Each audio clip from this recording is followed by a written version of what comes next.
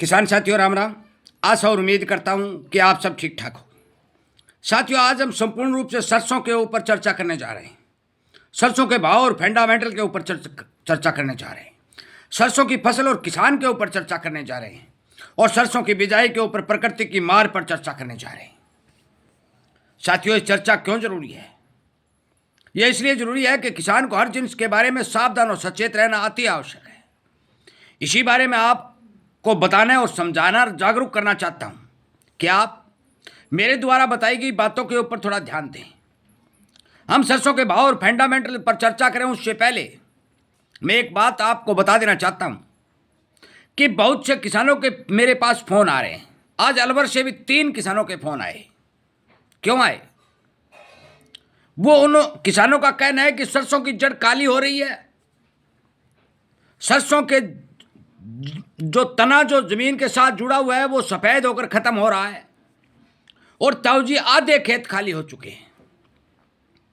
साथियों, मैंने उन किसानों से भी कहा, मैं आपसे भी कहना चाहता हूं कि मैं बार बार वीडियो अपलोड करके आपको जो जानकारी प्रदान कर रहा हूं, उन किसानों ने से भी एक माना, उन्हें हमें भी भरी कि हमने वीडियो जरूर देखा था पर तो आपकी बात नहीं मानी, और जो बात नहीं मानी उसका नुकसान आज वो किसान झेल रहे हैं। मैंने स्पष्ट तौर पर यह साफ कर दिया है कि आज हमारे भारत के क्षेत्र जितने भी 80% खेत जमीन जो उपजाऊ मानी जाती है, उस जमीन के अंदर ऑलरेडी जमीन की फंगस ने घर कर लिया है और वो लगातार पौधों की जड़ों को नुकसान कर रही है। साथियों, मैंने बहुत वीडियो बना रखे हैं सरसों के ऊपर, चना के ऊपर, गेहूं के ऊपर, जड़ों को सुरक्षित रखने के उपाय बता रखे हैं। परंतु किसान ने थैली वाली सरसों खरीदी, थैली वालों ने झूठा प्रचार किया कि हमारा बीज उपचारित है। वो बीज उपचारित नहीं था। बीज को उपचार करना और भूमि को उपचार करना अति आवश्यक है। यदि आप बीज को उपचार नहीं करेंगे, भूमि को उपचार नहीं करेंगे, तो आपकी फंगस आपके पौधों को नुकसान 101% पहुंचाएगी। उन किसानों को मैंने बताया, इलाज भी बताया, परंतु मैंने यह भी उन्हें सावधान करने के लिए कहा कि आपको जो नुकसान हो चुका है, जो तना कमजोर हो चुका है, वो तना तेज हवा आदि आने से ये पौधे डिग जाएंगे, आपको नुकसान होना तय है। क्योंकि जो इलाज बिजाई के समय हो सकता है वो बाद में नहीं हो सकता। इसलिए साथियों, मैं आपसे विनय निवेदन करना हूं, प्रार्थना कर रहा हूं कि आप मेरे द्वारा बताई गई एक एक बात सुन करके उन पर अमल करें, अपने किसानों आदि को शेयर करें। और मैं बता देना चाहता हूं कि यदि इसी तरह की जानकारी आपको चाहिए तो आप चैनल के साथ जुड़ करके इन चीज़ों का फायदा उठाएं, क्योंकि यह किसानी चैनल है, जागरूकता अभियान के रूप में चलाया जा रहा है। मैं बार बार ये बात कह रहा हूं। दूसरी बात, आज बूंदी जिला राजस्थान से समाचार आ रहे हैं, ओले गिरने और भारी बारिश के समाचार आ रहे हैं। वहां पर सरसों की बिजाई चौपट हो चुकी है। यह भी मैं साफ कर देना चाहता हूं। काफी लंबे चौड़े एरिया में वहां फसल को नुकसान हुआ है। जो छोटी फसल है उसको संपूर्ण रूप से काट दिया गया है। खेत पानी से लबालब भर चुके हैं, ओलों की मार से नुकसान हुआ है। यह भी मैं साफ कर दूं कि आज जो सिस्टम सरसों की बिजाई का मैं पहले बता चुका हूं कि 15% तक बिजाई बढ़ने के समाचार हमारे संपूर्ण भारत में सरसों के हैं।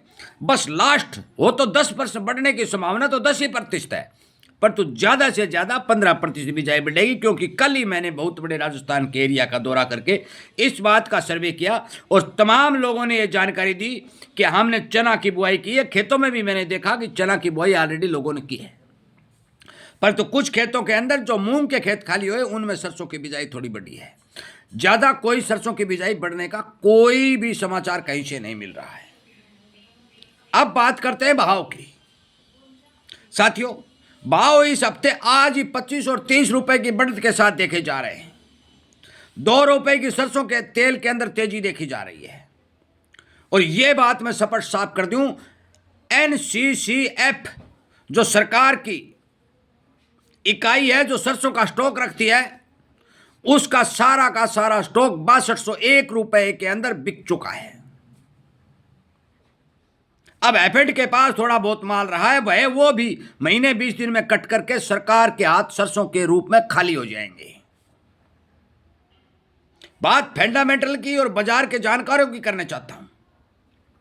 फंडामेंटल की यदि बात करूं तो आपको स्पष्ट तौर पर मैं कह चुका हूं कि जो पिछले सालों में आंकड़ा दिखाई दिया प्रोडक्शन का, मौके के ऊपर अनुमानित जानकारी के हिसाब से 10% बिजाई बेशक बढ़ी हो, परंतु प्रोडक्शन बढ़ने के कोई चांस और आसार दिखाई नहीं दे रहे हैं।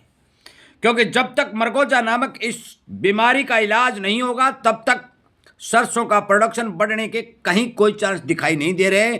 और आगे शुरू अब से लेकर के मार्च अप्रैल जून एक बार सीजन आएगा, परंतु फिर भी लगातार सरसों के फंडामेंटल मजबूत दिखाई दे रहे हैं। अब मैं बात करता हूं बाजार के जानकारों की कि उनका भाव के बारे में क्या कहना है। बेचना रखना आपका काम है। मैं ना बेचने की कह रहा हूं, ना खरीदने की कह रहा हूं, ना स्टॉक करने की कह रहा हूं। मैं तमाम जानकारी आपको दे रहा हूं और वो जानकारी इसीलिए दे रहा हूं कि आपकी जागरूकता बढ़ती रहे। मेरे पास काफ़ी किसान के फोन आ रहे, जागरूक हो रहे हैं किसान, ये मैं मानता हूं। हर दवाई के बारे में, हर बीमारी के बारे में, हर प्रोडक्शन फसल के बारे में किसानों में जागरूकता आ रही है, परंतु धीरे धीरे इस अभियान को हम तेज करेंगे, आगे से आगे शेयर करके किसानों तक पहुंचाएंगे, तो मैं मानता हूं कि किसानों को 100% फायदा होगा और जागरूकता बढ़ेगी। क्योंकि इस चैनल के ऊपर एक एक बीमारी को रोकने के लिए, प्रोडक्शन बढ़ाने के लिए, भाव के बारे में सारा का सारा सिस्टम देखने परखने, बाजार की जानकारी देने के लिए टोटली बातें किसान को ठीक समय पर बताई जा रही हैं। जिस कारण जो भी किसान पुराने जुड़े हुए हैं वो और नए जुड़ रहे हैं वो, आज भी मेरे पास एक किसान का फोन आया, ताऊ जी पीएसबी के बारे में बताइए। और वो हनुमानगढ़ के बाजार में घूम रहा था, पीएसबी उसे नहीं मिल रहा था। और मैंने ये भी उस सेठ को कहा, सेठ से मेरी बात हुई, मैंने कहा कि सेठ जी ये हालत ख़राब है, क्योंकि जो चीज़ किसान को चाहिए, जिसका रिजल्ट हो, वो आपके बाजार में नहीं मिल रही है। मैंने कार्बोडिजम 50% का जिक्र करते हुए उन्हें बताया कि फंगस को रोकने के लिए कार्बोडिजम 50% का इस्तेमाल अति आवश्यक है, परंतु राजस्थान के बाजारों में वो बहुत कम दिखाई दे रहा है। साथियों, जो भी सेठ दुकानदार मेरी आवाज़ सुन रहे हैं, जो भी मेरा वीडियो देख रहे हैं, मैं उनसे सभी से हाथ जोड़ के विनती करता हूं, प्रार्थना करता हूं कि आप असली और सही दाम पर किसान को अपनी चीज़ उस तक उपलब्ध करवाएं। मैंने नीम ऑयल के बारे में बताया, तो नीम ऑयल के बारे में भी जो 220 और 240 के भाव थे, वो भी किसानों को 300, 350 रुपये, 400 रुपये तक के भाव मांग करके बाजार के अंदर इस भाव को गलत साबित करने की कोशिश की। साथियों, दुकानदारों का ये व्यवहार मैं सही नहीं समझ रहा हूं। उनसे हाथ जोड़ के विनती करता हूं कि आप जायज़ रेट के ऊपर जो चीज़ कारगर हो वो किसान को उपलब्ध करवाने का काम करें, किसान को जागरूक करने का काम करें। बात करते हैं सरसों के बाजारी जानकारी की। साथियों, जितने भी मिलिंग वाले हैं, जो तेल बेच निकाल रहे हैं, जो पिड़ाई कर रहे हैं, उनसे जो बात हुई है तो उनका कहना है कि हमारे हिसाब से बाजार स्टेबल रहना चाहिए, ना वो तेजी में है तो ना वो मंदी में है। परंतु जो बाजार के अंदर स्टॉकिस्ट है, जो बाजार के अंदर लगातार सरसों सीड पर काम कर रहे हैं, जो तेल खरीद बेच कर रहे हैं, उन सब का मानना है कि सरसों के भाव के अंदर 500-700 रुपए की तेजी जरूर आएगी। आए ना आए वो अलग बात है। मैं जो व्यू मेरे पास आ रहे हैं वो मैं आपको बता रहा हूं। मैं सरसों की फसल के बारे में संपूर्ण जानकारी आपको लगातार देता आ रहा हूं, आगे भी देता रहूंगा। यदि किसी किसान को प्रोडक्शन फंगस से बचाने, तनागलन रोग को रोकने, मरगोजा रोकने आदि अनेक बातों के ऊपर विचार करके और जो मेरे द्वारा बताई गई चीज़ें उनका इस्तेमाल करके यदि कोई किसान आगे बढ़ेगा तो 100% उसका प्रोडक्शन बढ़ेगा। साथियों, आज मौके के ऊपर केवल स्टॉकिस्टों और थोड़ा बहुत किसान के पास सरसों का स्टॉक है। NCCL का स्टॉक खाली हो चुका है, 6201 रुपये में बिक चुका है, ये मैं बात बता चुका हूँ। एफेड के अंदर 2, 4, 5, 4 लाख टन सरसों जो है वो महीने 20 दिन में खाली हो जाएगी। बिहार चुनाव नवंबर के अंदर क्लियर होने जा रहे हैं। अब ये देखना होगा कि सरकार चुनाव के चलते या चुनाव समाप्त होते ड्यूटी बढ़ाती है या नहीं बढ़ाती है, या फिर अपना माल बाजार में कितना काटती है, कितना रखती है। परंतु मौके के ऊपर जो समाचार दिखाई दे रहे हैं, सरकार के स्टॉक की लाइन खाली होती जा रही है। यदि सरकार के स्टॉक की लाइन खाली होती जा रही है और कनेला जैसे तेल के ऊपर जो पिछली बार हमारे विशेषज्ञों ने इसे केमिकल वाला तेल बताकर रोक लगाने की बात कही और 38% ड्यूटी बढ़ाने की बात कही, यदि इन बातों पर अमल किया जाता है तो फिर हमारा जो बाजार का आकलन था कि सरसों सुपर कमोडिटी बनेगी, उसे कोई रोक नहीं सकता। परंतु यदि विपरीत दिशा में ऊंट बैठता है, सरकार लगातार विदेशों से सामान मंगवाती है, ड्यूटी नहीं बढ़ाती है और तरह तरह के अड़ंगे लगा करके जांच रिपोर्ट, कितना तेल आया, कितना पीड़ा, जो स्पेशली लगातार कंपनियों के ऊपर, मिलरों के ऊपर दबाव बना करके स्टॉक की एक एक बूंद तेल की जानकारी सरकार लेने का जो काम कर रही है, उस सब के कारण कोई फंडा यदि नहीं फंसा, फंडा फंस गया तो स्टेबिलिटी, स्थायी भाव दिखाई देंगे। और यदि फंडा नहीं फंसा तो फंडामेंटल के हिसाब से, फसल के हिसाब से जो मौके के ऊपर स्टॉकिस्ट मान रहे हैं कि 500-700 रुपए की तेजी सरसों के अंदर बाकी है, तो वो 100% आएगी। परंतु ये बात गांठ मत बांध लेना कि 100% आएगी, ये अनुमानित जानकारी होती है। सरकार क्या करे, राजा और राम और राज क्या कर दे, इस बात का कोई पता नहीं चलता। आज राम ने बूंदी जैसे बहुत बड़े एरिया के अंदर सरसों की फसल को चौपट कर दिया।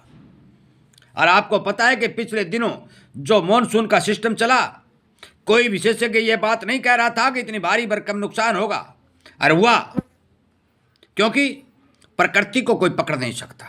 उसी प्रकार सरकार को भी कोई पकड़ नहीं सकता। रातों रात फैसले लिए जाते हैं, बड़ी बड़ी कंपनियों के हिसाब से खेल खेले जाते हैं। साथियों, मेरे द्वारा जो बात कही जाती है, उन बातों का पता आपको जरूर है कि हमारे देश के अंदर सरकारें क्या खेल खेल रही हैं, परंतु फिर भी मैं आपको सावधान और आगाह करने के लिए बात बता देना चाहता हूं कि आपकी सावधानी और आपका ज्ञान सबसे बड़ा धन है। यदि आप इसका इस्तेमाल करेंगे, जागरूकता लाएंगे, पौधे पौधे की रखवाली कर करके, दाने दाने की रखवाली कर करके सोच समझ कर आगे बढ़ेंगे, सोच समझ कर सेल करेंगे, तो 100% आपको नुकसान होने की आशंका बहुत कम होगी। इन्हीं शब्दों के साथ इस वीडियो को विराम देता हूं। उम्मीद करता हूं कि मेरे द्वारा बताई गई ये मोटी मोटी जानकारियां हर किसान तक आप शेयर करेंगे, हर किसान को जागरूक करने का काम करेंगे, और आगे जो ही कोई रिपोर्ट मेरे पास आएगी, वो रिपोर्ट वीडियो के माध्यम से आप तक पहुंचाने का काम मैं करूंगा। शेयर करना और इस बात को आगे से आगे बढ़ाकर सरकार तक भी हमारी मांग को पहुंचाना, ये काम आप करेंगे। इसी बारे मैं आपसे ये उम्मीद करता हुआ इस वीडियो को विराम देता हूं। जय हिंद।